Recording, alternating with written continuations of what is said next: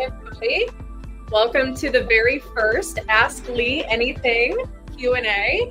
My name is Jordan Swain. I'm the Customer Service Manager here at Real Mushrooms, and this is the amazing Lee Carroll, our Chief Medical Herbalist. He's just joined us, and so, yeah, Lee, tell us a little bit about yourself. Thanks, Jordan. My first Facebook Live ever, so not just the first one in this setting. So, as you can tell by the white in my hair, that I've been around a long time, and I've had about 30 years in the herbal medicine industry. Most of that in the practitioner space, working with some of the world's best companies and some of the brightest minds. And a couple of years ago, I kind of switched gears, and it was time to make a change. I'd been doing the same thing pretty much for a long time, and mushrooms came up on the radar, and that was, for me, something that I hadn't focused on or studied. As a herbalist and as an educator and a practitioner, I hadn't used a lot of mushrooms in clinic, and mushrooms really captured my imagination and attention, and I did a deep dive and started getting really into that. And that's where I met Jeff Chilton, founder of Namex. I formulated some products for a company in California and used those extracts. And, I started creating some ideas around developing an education course to overcome the issues that happened around COVID with travel difficulties and that sort of thing. And I started developing my ideas on another medium called, which just escapes my mind now. Golly, that's funny. So it was this. So I started talking about my mushroom ideas in a public setting to kind of give me a forum that was an easy place to air the ideas and get fluent in the discussion of them.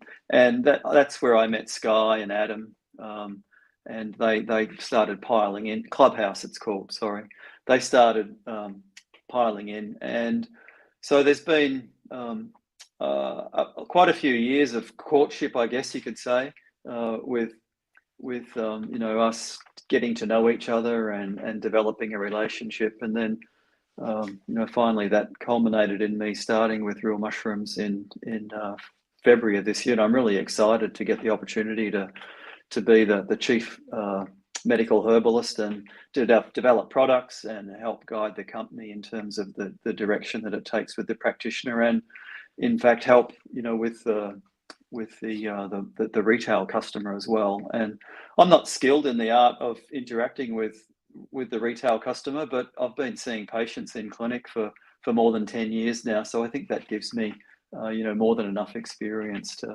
tackle the sort of questions I might get today. I'm quite excited to see how it unfolds. Yeah, and I know, just speaking from my own experience, I know working with Real Mushrooms, we've heard, until you came on, I mean, I knew so much about you already through Joni Camlet. She's our Director of Practitioners. I've heard so much about you from Sky Chilton. Just everybody at Real Mushrooms loved you before you even came on. So I mean, it's been a long-awaited having you join the team. So I mean, It's really good to have you here, Lee. Excited to be here. Well, awesome. So, Lee, if you could go ahead and just do a little disclaimer before we start getting into questions. Oh, certainly, yeah. So we're not offering any medical advice. None of the information that we're talking about is being vetted by any, regulatory body like, the FDA, for example. And patients and customers and users have to do their own research to make sure that they're doing the right thing, and always go and get professional advice, when you're looking for help with particular conditions. Yeah. Absolutely. All right. So we'll start getting into some questions here. We've got a lot of preloaded questions. Thank you, everybody who submitted questions beforehand. And I see a bunch of questions rolling in already from YouTube. So you guys are awesome. But we'll go ahead and get started with this one. What mushrooms may help improve damage caused to a person's body, including damage to brain cells from long-term alcohol consumption? Oh, that's an excellent question. And I'll try and be brief, so we can get a lot of answers in, but some of these questions I think, could have got quite lengthy kind of discussions around them. So there's a lot of talk about beta glucans with mushrooms, and clearly beta glucans are a primary driving force in the way that mushrooms exert their benefits, across the body. And mushrooms, the beta glucans from mushrooms, in my view, act kind of like a tonic at all of the immune cells that are embedded in all of the tissues in our body. So we often think of our immune system as just the white blood cells in our bloodstream, but we've got innate immune cells, macrophages that sit within tissues to keep tissues healthy. So there's a strong focus there in terms of that. But more importantly, and a more direct answer to this question is ergothioneine. Ergothioneine is an underrated constituent in all mushrooms, and ergothioneine is a natural nutrient, and mushrooms are the main producers of it. And all animals, all vertebrates, have got a physiological need for it. It doesn't quite meet the definition of a vitamin, but it's clearly a conditionally essential nutrient. And the value of having ergothioneine in the system is that it's an antioxidant, and it's a support antioxidant when cells are stressed and need support. Jordan, tell me if I get too technical and ask me to elaborate if I'm using technical words that are too much. But I think this is good. I think this is this is good. Cool.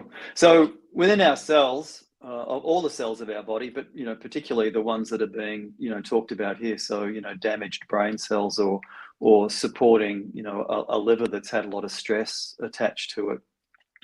So when we think of healthy cells, there's a whole team of antioxidant players which keep a cell in a healthy, happy place.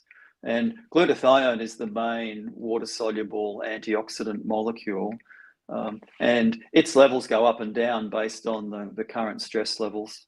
And ergothionine's role is as a backup for when glutathione levels fluctuate. So when glutathione levels fluctuate as a result, say you've had a few glasses of alcohol, then the glutathione in your liver might be depleted. And the glutathione naturally regenerates. That's a natural process. But there's a little window where that regeneration takes time. And the main purpose of ergothioneine is to fill in that gap where there's a little bit of exposure to the damaging consequences of the stress. So ergothioneine exerts its influence in just about every cell in the body.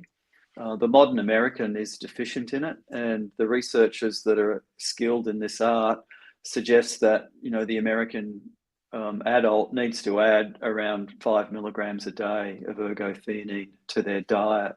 And when we do that, an ergothioneine stays a very long time in the body. The body really likes that stuff. It hangs onto it really avidly. It doesn't let it go. And the ergothioneine supports the cognitive tissue, and there's mounting evidence now that ergothioneine is very, very significant and crucial for healthy neurological function. So I would put my money on taking an ergo supplement, at least 5 milligrams a day in this sort of situation. The clinical trials that are being done are looking at about 75 milligrams a week or 20 milligrams a day in that ballpark. So, the doses, 20 milligrams a day would be a really decent dose in that setting. Okay.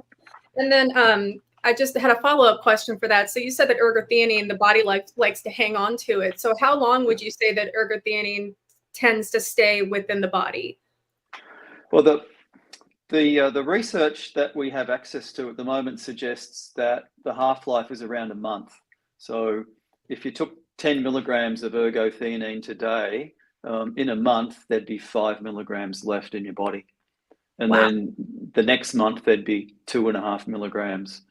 So So it's got a significant half-life then. Yeah, and our body doesn't do that with vitamin B or any of the B vitamins. It doesn't do that with vitamin C. The body's got some really inherent wisdom around and the knowledge that ergothioneine is really important, and the body's got to hang on to it. Okay. Wow. See, learn something new every day here at Real Mushrooms, guys. Yeah, it's ergothioneine really cool. Yeah. That's awesome. Okay, we'll move on to this next question here. Hi, Lee. What are your thoughts on Amanita muscaria mushrooms for microdosing? I have read that they are amazing for GABA receptors and may help with depression and PTSD. That question's just a little bit outside my kind of current understanding. Okay. I have had personal experience with, psychedelic journeys with psilocybin, and also microdosing and mini dosing. So I'm quite a bit of an expert on that. I'm not such an expert on Amanita. However, the crucial point around microdosing, and I think many people that engage in this discussion and practice don't kind of fully understand the pharmacology of what's going on. So, well, and let's use this mushroom and psilocybin as well.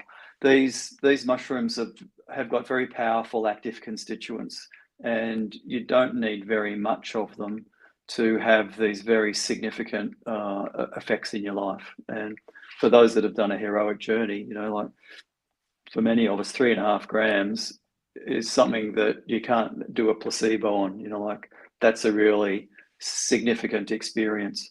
So the idea of microdosing or mini dosing is to get the cognitive benefits without all of the heroic journey stuff. And different receptors get involved. And as the question is pointing out, there's GABA receptors. So the idea would be to get the dose low enough where you get a pharmacological effect through those receptors, but not so low that you don't get any effect. And the research is honing in on the fact that the microdose, 100 milligrams of psilocybin or 100 milligrams of Amanita is not enough to drive the pharmacology of that change at what is most commonly talked about is the TrkB receptor, the tropomyosin kinase B, which is the receptor that receives the housekeeping signals by the neurotrophic kind of hormone. So brain-derived neurotrophic factor is the one that's talked about the most. So it's getting enough impact at those receptors to make the physiological change. And I think more like a mini dose is in that category. So 250 milligrams or maybe half a gram. And then I'll come back to the ergothioneine, because it's one thing to have the effect of that receptor, but that receptor needs to be working optimally to get the benefit.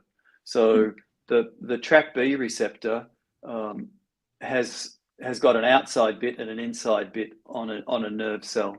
And these receptors are expressed in many places. So the substance arrives at that receptor on the outside, and it interacts with that receptor, and that receptor is like a 3-dimensional kind of shape. And as the molecule binds into there, the 3-dimensional shape gets touched in a number of different places, and that creates a unique signal that travels through the receptor to the inside bit. And then that receptor then translates that message internally into the cell, so that it sends messages of, I need more synapses. I need to do some house cleaning. If the place is a bit dirty, we need to tidy it up, So they're the kind of messages that get sent. And it's a little bit technical, but there's a process called phosphorylation, which needs to occur on the inside bit to get the most effective messages being sent. So if the cells can't phosphorylate properly, they can't send the message accurately. So if you can't phosphorylate properly, then any level of mini or micro dosing won't have as much of the desired effect. So in animal studies, it's been shown that ergothioneine increases the ability of that TrkB receptor to be functional and phosphorylate, and therefore deliver messages. And then that receptor, for some reason, it gets put into little vesicles and transported around in the bloodstream, and you can measure those. And in a human trial, the amount of phosphorylated TrkB that was measured in blood correlated with all sorts of cognitive enhancements that you get when you take ergothioneine on a regular basis. So I think that engaging in these practices with psilocybin or Amanita would give best results when it's combined with regular therapy with ergothioneine. Okay. Everything is all connected.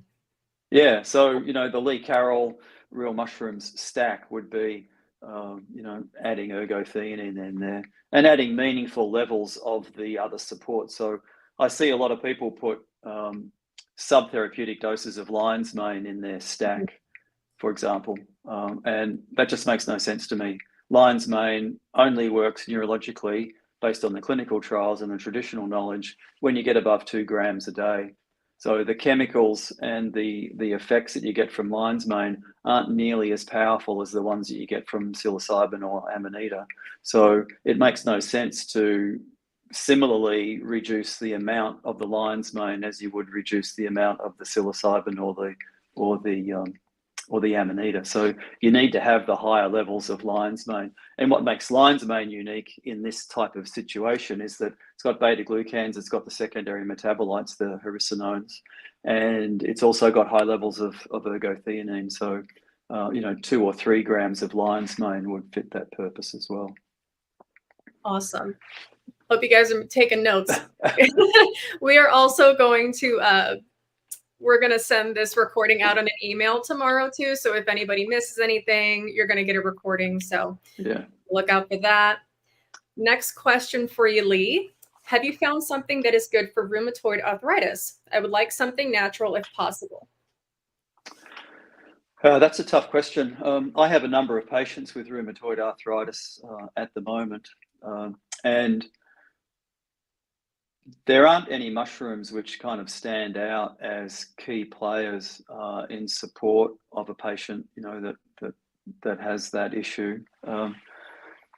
There's a lot of debate around enhancing, which is not the ideal word, supporting or improving the way that the immune system works when people have autoimmune diseases. I don't believe that kind of hypothesis. It doesn't play out in a clinical setting. It's a reductionist way to think, which is promoted by people that haven't used natural products, in these types of settings.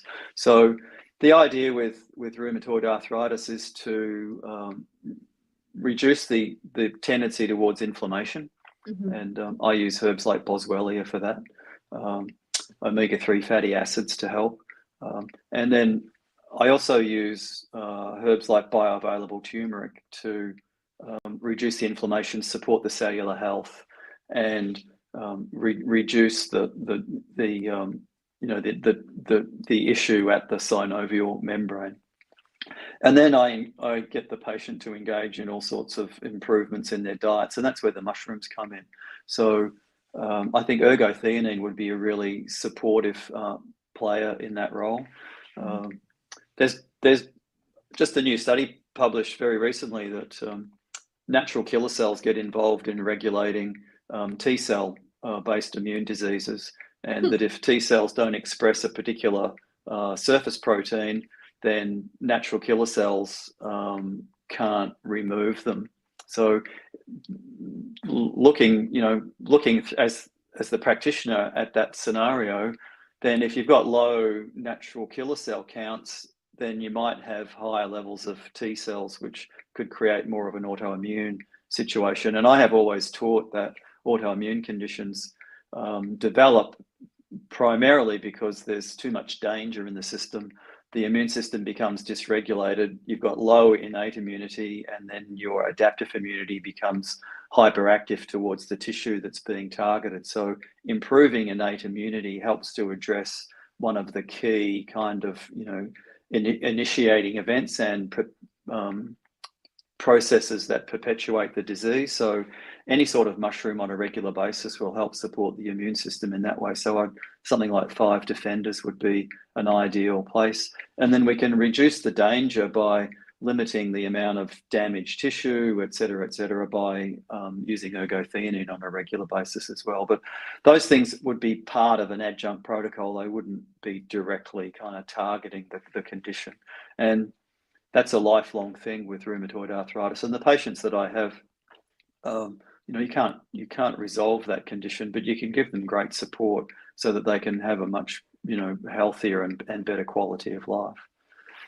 Yeah, I think, myself, I have Hashimoto's, and one of the things that I've learned with autoimmune diseases is there's no getting rid of them. There's only maintaining them and kind of getting on top of the issue. And yeah, and there's a lot of education for the patient.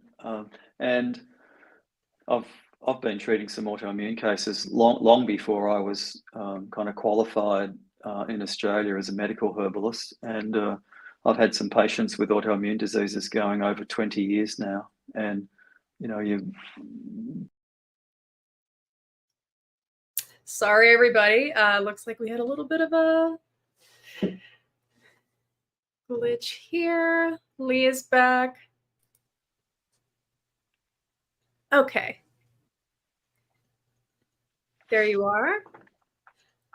Sorry about that. We're gonna keep on. My internet went down 10 minutes before the start and sent me into a tailspin, so I'm using my phone data. We got it. We're all good. We'll move into the next question here. Are mushroom powder and extracts better absorbed with hot water, such as tea or coffee? The real mushroom extracts are ready to go, so it doesn't matter how you take them as long as you take them. And whatever works for you is going to deliver the best results. The same can't be said for mushrooms that aren't processed. Mushrooms do need to be cooked or decocted, to provide the most optimal kind of support to the patient. So the real mushrooms products are just all ready to go, which is fantastic. Yeah, we already tell everybody we've done all the hard work for you. All you got to do is just take them. We've got powders, capsules. Yeah, and take them every day for the rest of your life. There you go. All right, so next question. My husband had prostate cancer that had traveled to a lymph node, which is now in remission. He has been taking turkey tail twice a day. Should he continue with this or add another mushroom? Okay, so it's hard when there's a direct kind of question about a patient, so I can just give kind of general advice. And we can't treat cancer, but we can support the patient that has that cancer, and we can improve the normal healthy functioning of their bodily systems, in this case their immune system, and support their prostate tissue. So in a scenario like that, I would advise anyone to continue taking the mushroom supplements, and turkey tail is a good choice. But perhaps I would expand that collection of mushrooms that was taken on a regular basis to include perhaps something like 5 defenders to give a more broad-based approach. And I've been doing a lot of homework on ergothioneine lately, and I'm a little bit of an expert. The white paper in my online education program is about 10,000 words long, and I've done a complete review of almost all of the research that's out there. And ergothioneine is emerging as a really important player in keeping cells healthy and not transforming into nefarious things.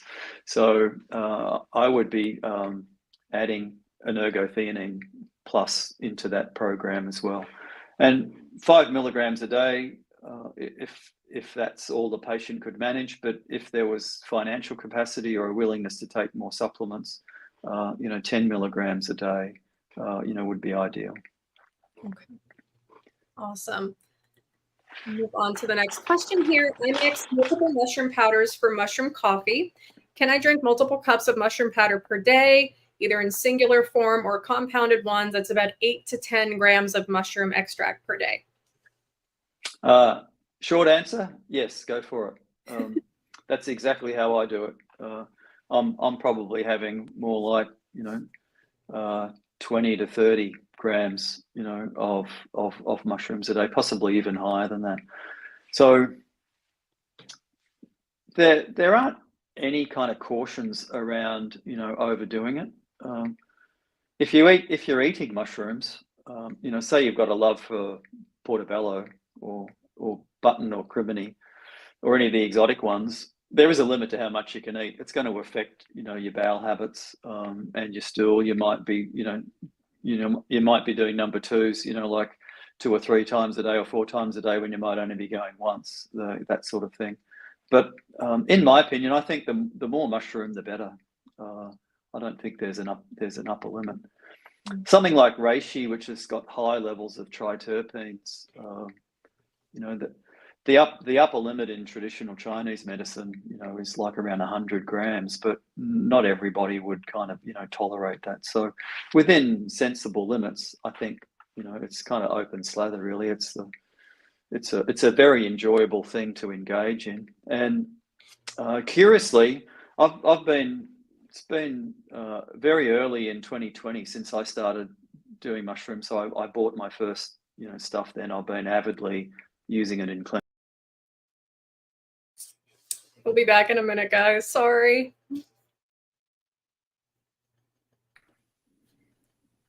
I'm back. You're back. So since then, I've noticed that my white hair is starting to go black. When I first noticed it, I thought I was just making things up. I don't really care about the color of my hair, but the percentage of black hairs to white hairs every month slowly increases. So in the next few years, my hair will be like properly grey. You can see grey around the edges. Like it all used to be white. So my interest is not so much in my hair, but what's happening to all the parts of my body that I can't see. So what's happening to the lining of my blood vessels? What's happening to my heart? How does my pancreas look?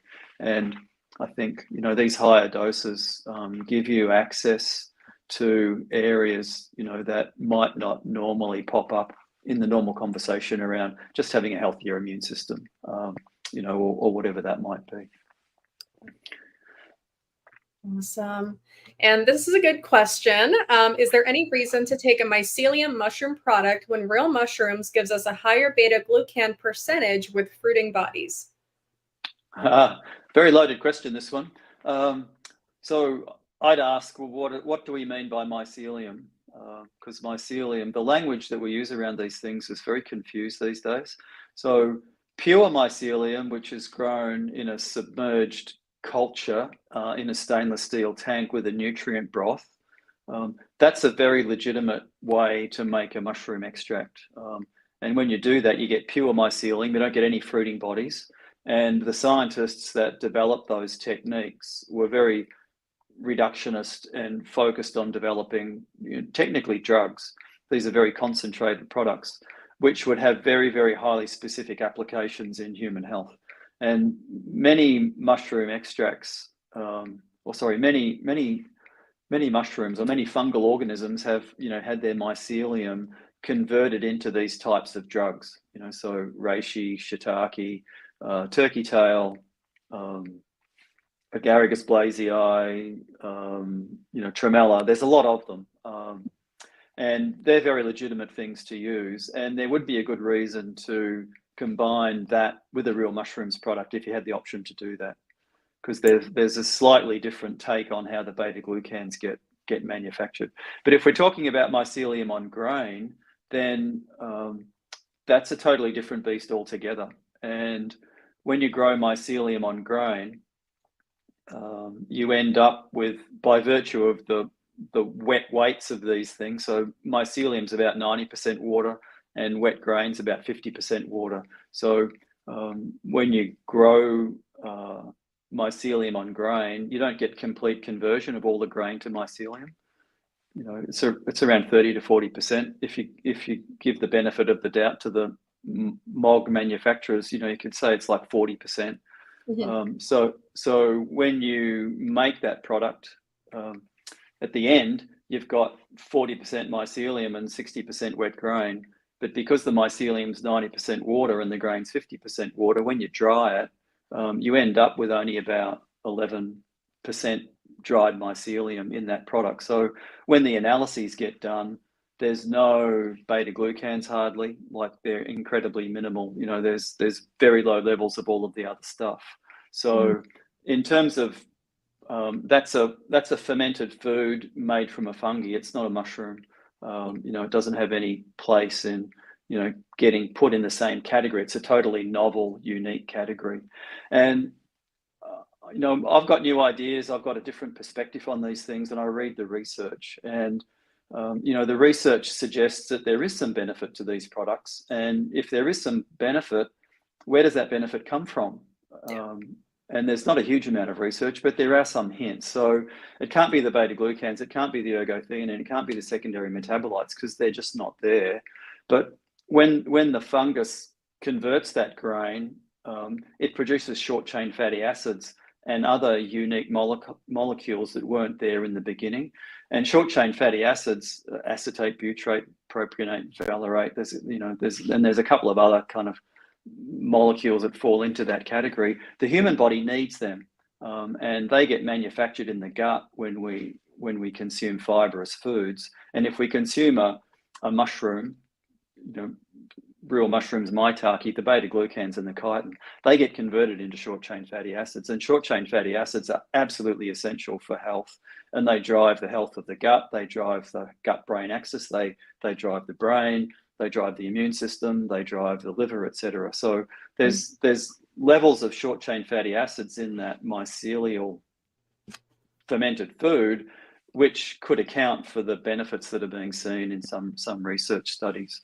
So I think that you know, those products are overly hyped, and if you're going to get benefits, then you know, 1 gram's not going to do it. You'd need to eat like that stuff to get any benefit. So we've got to get the definitions right, and we've got to clearly understand, you know, what we're talking about when we make these things. It's a very an emotional, you know, kind of topic, and everybody has their opinions, but like I have my opinions as well, but I like to be, you know, thinking about the facts involved around this as well. So you're much better off sticking with a real mushrooms product and not wasting your money until there's just a lot more research to support what's going on. Because the short chain fatty acids that I was talking about, the mushroom itself, the reproductive structure, the beta glucans and the chitins, they get converted into short chain fatty acids, and they're being manufactured. We just never talk about it, and they're a big part of how you know, mushrooms work. Yeah.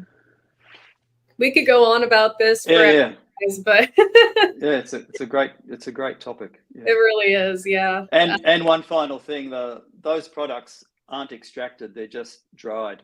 So you've got to, you know, if you wanted to get access to, you know, that tiny little bit of mycelium that's in there, if you want to get all the goodies out, you've got to, you know, boil it for 2 or 3 hours to get all of the soluble stuff out, and there's none there anyway. So it's a bit of a moot point, but you know, none of the ducks line up. So, you know, you don't ever get a good kind of coherent, rational argument when you talk about that. Yeah, exactly. Like I said, we do all the work for you here at Real Mushrooms. So yeah. All right, so we're moving to some live questions. Carolina is asking, I was told to stop taking mushrooms because my blood test showed that my liver was too high. I'm assuming she means her liver enzymes. Yeah. Is that because of my mushrooms? I was taking 5 Defenders, 4 capsules a day. Okay, that is a very good question. So, and again, I don't know the patient. You know, I can't give any kind of, you know, informed commentary specifically, but I can talk generally. So, if the liver is unhappy and the hepatocytes and the you know, all of the other cells that make the liver, you know, what it is, and it's a really complicated organ. The 3-dimensional structure of how it all works still isn't understood by modern science. It's a bit of a miracle. So the triterpenes in reishi, they go straight into the liver when you consume them, and I have seen patients that I've had have elevated liver enzymes when they've taken reishi, when their liver's not well. Just like your liver enzymes would go up if you took alcohol, because these things, they're not, the triterpenes aren't toxic in any way. In fact, in a healthy liver, and even in a liver that's, mildly unhealthy, they serve a very important purpose to improve the way the liver works. But under certain conditions, and those conditions aren't fully kind of clear at the moment, it is possible that reishi may, have that effect. So that doesn't mean reishi's dangerous to your liver, and that's the message that you get from medical people. I've had patients come back to me and say, my doctor says I can't take that reishi product because they look it up and says it'll cause, liver damage. So, but many things increase liver enzymes. So you can't just automatically go to the mushroom. You'd need to do an audit of all of the things that you're consuming, and that you're surrounded by in your environment to come up with an answer for that. So by no means do I want to infer that reishi is problematic for the liver, but in certain circumstances, that could be an outcome. I don't think any of the other mushrooms have got the capacity to do that. They would all have beneficial properties. Context is everything. So it is, yeah. And my MO is to always be transparent and provide as much information as possible. Sometimes that can be a little bit challenging, but yeah. Awesome. So we'll move on to the next question. This is a good question because we've been talking about ergothioneine a lot. What mushrooms have ergothioneine in them? Mr. Monkey Mind, every mushroom has got ergothioneine in them, and they all have ergothioneine at different levels, and the levels vary very, very significantly. So, tremella's at the bottom of the list, so it might be at the lowest, it might be 0.1 milligram per gram. But you've got golden oyster at the max, it might be 10 milligrams per gram. Wow. So, got like an order of couple of orders of magnitude difference in those. So the ones that have got high to moderately high that you have easy access to in your diet, shiitake is a really good choice, and oyster mushrooms a good choice. Lion's mane is now much more available, so that's a good choice. The agaricus, so the button, the portobello, the crimini, they're about half of the ones that I just mentioned. So you've got to eat a bit more of them. But it's the golden oyster that's the king and queen, of that argument. So I would urge people to, be taking an Ergo Plus capsule from real mushrooms every day to get a guaranteed amount, so that because it's very hard to eat mushrooms consistently. And I tell my patients a pound a week would be, like a good kind of dose for that aspect. But it's very hard to do that every week. So there's compliance is an issue. So taking a supplement, even if it was Monday to Friday, have the weekends off, then the math works out on the bottles nice and neatly. You don't ever have, odd days. So that'd be my advice. So any mushroom, but golden oyster is the best. So I have a question. I actually have pink oyster mushrooms that I'm growing, and do those have a high amount of ergothioneine in them? I'm sure they will. All the oyster mushrooms do. Okay. Yeah, and oyster mushroom is a really underrated, therapy, and the evidence in supporting immune health, particularly, the challenges that happen around winter. It's really stellar, particularly in children. So, and oyster mushrooms have got a very mild and bland taste. You can mush them up and mix them into other foods, and you don't even know that they're there. So, it's a very underrated mushroom, in my opinion. Yeah, and I used to be a chef in a past life, so I can't help myself. Right. But I do have to say, oyster mushrooms sautéed with some butter, shallot, garlic. so good on top of a steak. Yeah. Yeah. And the pink ones have got a really delicate flavor that's quite unique. Yeah. Yeah, I'm excited to start cooking with those. Yeah. Awesome. I was going to say that the bolete mushroom, the porcini, is also very, very high. Yeah. In those substances. So if you like, European cuisine, Italian cooking, then it's a great mushroom. Yeah. And porcinis are delicious too. So the options are endless. We'll move on here to Janet's question. What mushrooms can be taken to modulate or regulate the immune system in autoimmune diseases? Janet, I think any mushroom would help in that regard. And, my advice to generic advice or advice to a patient would be to understand the condition and then look at the patient's history and, choose mushrooms which would, suit, what's going on in that particular case. So I mentioned the natural killer cells earlier, but in autoimmune disease, it's very often that the innate immunity is not functioning optimally. So reishi and shiitake kind of stand out as ones that have got really good evidence and cover all of the cell types together. So, that puts you into the kind of 5 defenders category where you get the benefit of all of those other ones as well. So, I'd be recommending, maybe 2 to 4 of the 5 defenders capsules a day. Gotta love 5 defenders. Yeah, and my preference for that one is the pouch. I just love the flavor. The creator of that product had a really keen eye for a palate that like those strong earthy flavors. I think the combination of them all together works incredibly well. I just love it. And I don't dilute it with any other flavors. I just have it straight. Just straight up. I was talking to someone yesterday. They said they couldn't handle it, and they make it palatable with chai.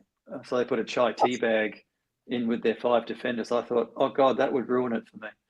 Oh, really? See, that sounds really good to me. So I mean, I guess we're all a little different with that, but that's an idea. If anybody listening. So next question from Common Sense. What mushrooms best help with maybe regulating insulin for humans? Yeah, that's a challenging question.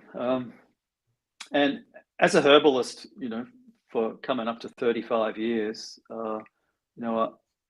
the mushroom domain, and we haven't really scratched the full surface of what's possible. We've got a limited range of mushrooms. The number of mushrooms that have got medicinal properties is probably, in the order of 200 to 300, and we haven't explored very many of them. So, there's probably some unique discoveries on the way. But in terms of, this particular issue, herbs are kind of, primary, mushrooms are secondary, and the ones that I focus on, depending on the situation, would be maitake, which seems to play a really important role in regulating that aspect of metabolism.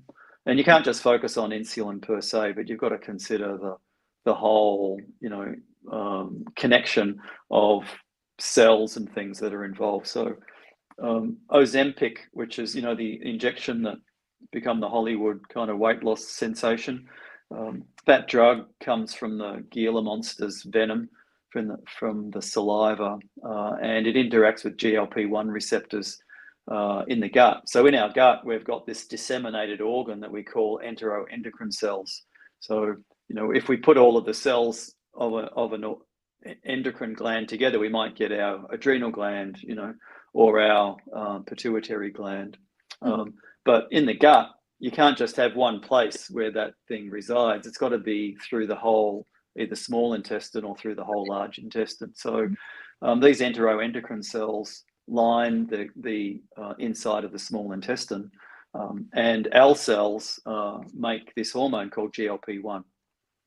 And then GLP-1 gets involved in insulin regulation. It goes and signals in the pancreas. So I think one of the ways that mushrooms influence blood sugar regulation is by improving the health of the gastrointestinal tract, and possibly particularly having some curious effect at those L cells to optimize the natural production of that GLP-1 hormone. And GLP-1 just doesn't control insulin. It controls the health of just about all of the major organs and systems in our body. So it controls brain function, for example, and there's another link between the gut and the brain axis. So maitake is likely to be working through that mechanism. There's a bit of evidence for reishi. I think you probably need to take reishi long term to get these benefits in terms of regulating glucose metabolism. But from a reishi point of view, it's much more likely to be the triterpenes that are having effects that get into the vascular system, and then they get taken up by the tissues. So this might be a curious point, but when insulin gets released from the pancreas, it's in the bloodstream. If once it's in the bloodstream, it's got to get from the bloodstream into the tissue to tell the tissue to bring in the glucose. So the lining of the blood vessels don't have insulin kind of receptors. The insulin just automatically gets taken up. And if the linings of the vascular system, the endothelial cells, if they become damaged because of any factor, so too much sugar, too much salt, too much fat can damage that. Air pollution can damage the mitochondria in the cells that make them less functional. So if you've got an unhealthy microvascular system and your endothelial cells aren't working properly, then the insulin can't get into the cells to do its job properly because it can't get across that broken barrier. So reishi, supports the vascular system as well as being antioxidant and supportive at the pancreas. So you got these complex kind of interactions with how these mushrooms exert their influence, which might not be as direct as you might get with a herb. And Jim Neem is my favorite herb that I use in clinic, to help regulate that stuff. Just to add on to that, I have heard that lion's mane might be good with blood sugar regulation. What are your thoughts on that? If lion's mane's working in that area, it's very likely to be the production of the short chain fatty acids that we talked about earlier that play a role in that. And lion's mane's very prebiotic and very soothing and healing to the lining of the gut. And one of its prominent uses traditionally was for inflammatory kind of conditions in the gut. So lion's mane would probably fit into that same kind of discussion that I was having with regard to the L cells. Interesting. Cool. All right, we'll move on to this next question here. Is there a mushroom that helps raise or support glutathione, or a mushroom that aids the detoxification process? Good question, Millie, and that brings us back to the ergothioneine topic. So ergothioneine and glutathione are a very tight team and form a partnership. And so glutathione needs to be supported so that the cells are protected. So the ergothioneine influences the recycling apparatus that facilitates healthy cellular levels of glutathione. And you can buy bioavailability enhanced glutathione that you can take as a supplement. As a holistic practitioner with 35 years experience, I have a really hard time making any sense of why you would do that, because ergothioneine levels go up and down all the time. So you need to actually support the mechanisms. So ergothioneine plays a really important role in that. And if you're eating fresh mushrooms or taking the 1-in-1 extracts, there is some glutathione in mushrooms, so you get the raw materials. There are some amino acids, cysteine and methionine, that you get when you consume a mushroom. But ergothioneine is the primary thing. If you're looking for a supplement that helps support that process, then you need a bioavailable source of cysteine, and garlic is the best natural herb for that. And N-acetylcysteine, or NAC or NAC, is a derivative from garlic, which provides the most highly bioavailable cysteine. So in a clinical setting, I combine ergothioneine along with cysteine, along with herbs, which improve the recycling mechanisms that allow glutathione to remain topped up. So glutathione peroxidase and a bunch of other enzymes. So schizandra and rosemary, and and then a source of selenium. And mushrooms are a good source of selenium, possibly the best food source of selenium. So selenium is necessary to make the glutathione molecule. Here you go, folks. Yeah. Awesome. So clearly I haven't been too technical, because you haven't been interrupting me to say, Lee, hey, can you just wind the dial back a little bit? This is too much. No, this is great. I'm going to speak for everybody in the comments. This is going amazing. Lots of questions coming in. It's going good. Fantastic. Yeah, that's great. So next question, and this one kind of has to do with mushroom cycling. Is it fine to take 5 to 6 grams of mushrooms daily for years? And I'm assuming that this person is also kind of wondering, do they need to take a break? Do they need to, like, maybe take a couple days off here and there? That kind of a thing. What's your take on that? I think it's quite okay to take 5 to 6 grams of mushrooms for years. As I said earlier, I'm probably north of 30 grams a day, and I've been doing it for 4 years now.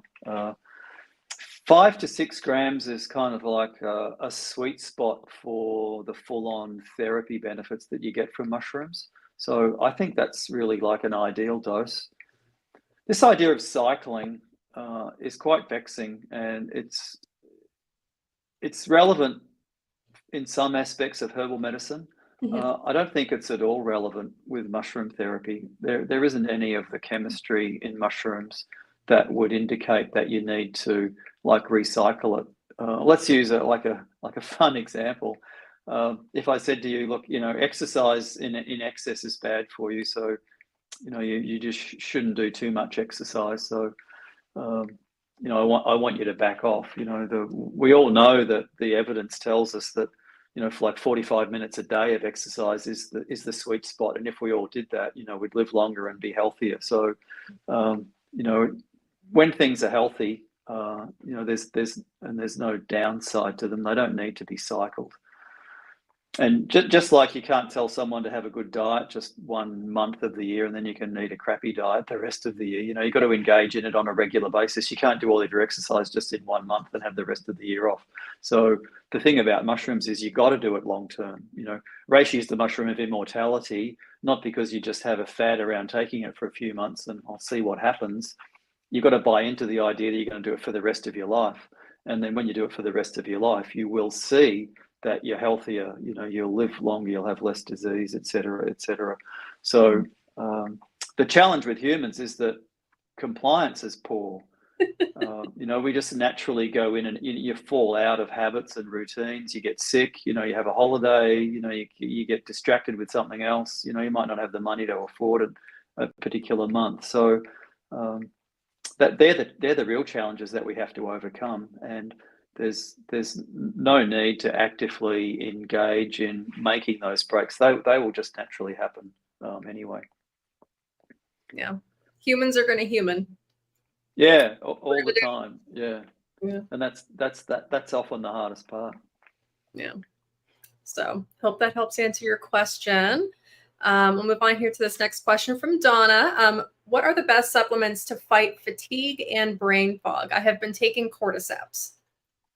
Cordyceps is a great place to start with, the fatigue and the vitality, the energy levels. The brain fog, I would recommend ergothioneine. 10 milligrams a day would be, the best place to tackle that. Lion's mane might help. It might not. It would be worth trying. And I would try 3 grams of lion's mane is kind of like the clinically trialed kind of dose, and you'd need to do it for about 12 weeks before you really made an assessment of whether it was working or not. And then, clearly there's a bunch of other things that you'd need to do. And sometimes, 3 months is a long time. And you can get adapted to the change. So brain fog's a little bit different because you know whether you got it or not. But I often have patients that will say to me after 3 months, Lee, these mushrooms, these herbs, they haven't done anything for me. Like, I don't feel any different, like what's going on? And I'll be like, dude, like here's a picture of you 3 months ago. Here's a picture of you today. Like, you look like a totally different person. The changes happen so slowly. You just haven't noticed, you've just gone along, and you've just got this mindset, that hasn't changed, but your physical body has changed, enormously. So you need to give things a decent amount of time. Ergo is a lifetime thing. We need it every day, just like we need to drink water or we need to have, fuel. It's an indisputable daily requirement. But I'd give the lion's mane, 3 months at that higher dose and see what happens. Awesome.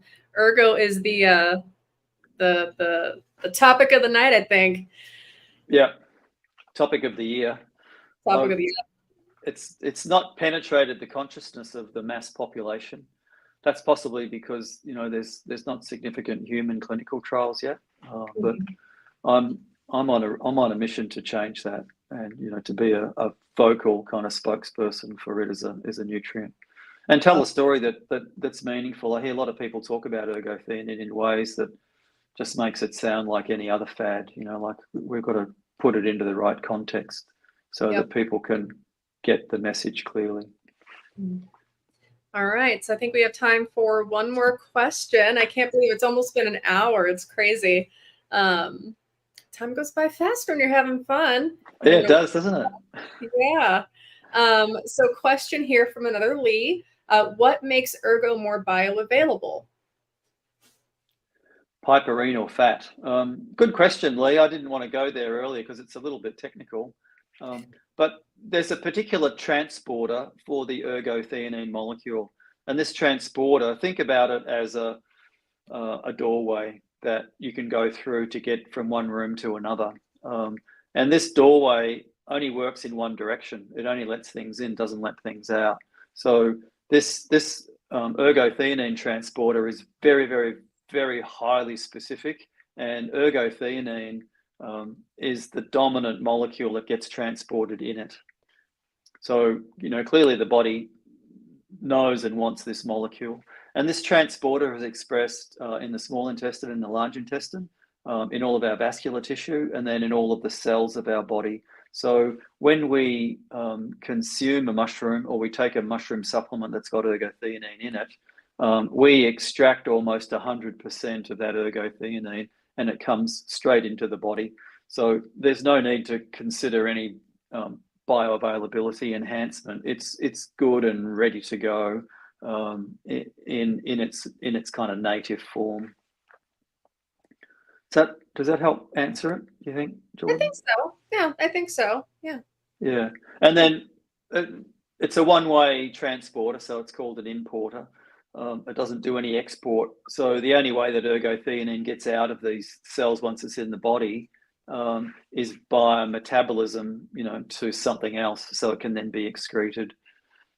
And if any ergothioneine just by chance gets into the bloodstream and ends up in our kidney, there's more of these transporters that will then harvest that ergothioneine from the urine and put it back into circulation. So we don't ever lose any through our urine. It's a pretty cool magic trick. There's very few nutrients in the body that have this elaborate mechanism to retain a nutrient. That is so cool. Yeah, it's fascinating. Sorry, I missed that. So we just pretty much never run out of ergothioneine when we begin taking it. No, not once you start taking it. But we need about 5 milligrams a day, and the average American, based on surveys of what the average American eats, is getting about 1.1 milligrams. So there's a real deficit. And low levels of ergothioneine are associated with, increases in all sorts of health conditions. There's a long laundry list of things. Yeah. Wow. I hope you guys are learning a lot, because I'm learning a lot now. This is actually really cool. I think I'm going to start taking ergothioneine now after this. Oh, if you're not, yeah, well, you got to get on that wagon. Yeah, totally going to get on that wagon. Well, guys, I can't believe it, but we are at an hour, and unfortunately, we got to start wrapping things up here. So, Lee, do you have anything you'd like to say before we go? Just to say that I really loved this. It was fun. I like being put on the spot with these questions and you know, causing me to be creative, and I like interacting with what I think of as the patient, you know, but as the retail customer, and it's great to spread the word. And I think there's a lack of really good, honest, quality information that people can rely on. There's a lot of misinformation out there, so this is going to be a regular thing, right? Like every month. It's going to be a regular. So yeah, so you know, tell your friends, you know, tell your family, you know, to all pile in and get the scoop on, you know, what makes mushrooms so great, and we can, you know, make this one really big, happy, healthy mushroom family. Yeah, absolutely. And common sense. I see your questions. We're coming back. Don't worry. We'll be back. It's going to be a monthly thing. So, but yeah, thank you everybody for watching. This has been great, Lee. I've learned a lot. Yeah, it's been great. My pleasure. Thank you. Hopefully my internet will be fully functioning next time, and I can. We made it work this time, so yeah, it worked out good. So, all right, guys. Well, thanks for watching. Have a good evening. Bye-bye. Bye.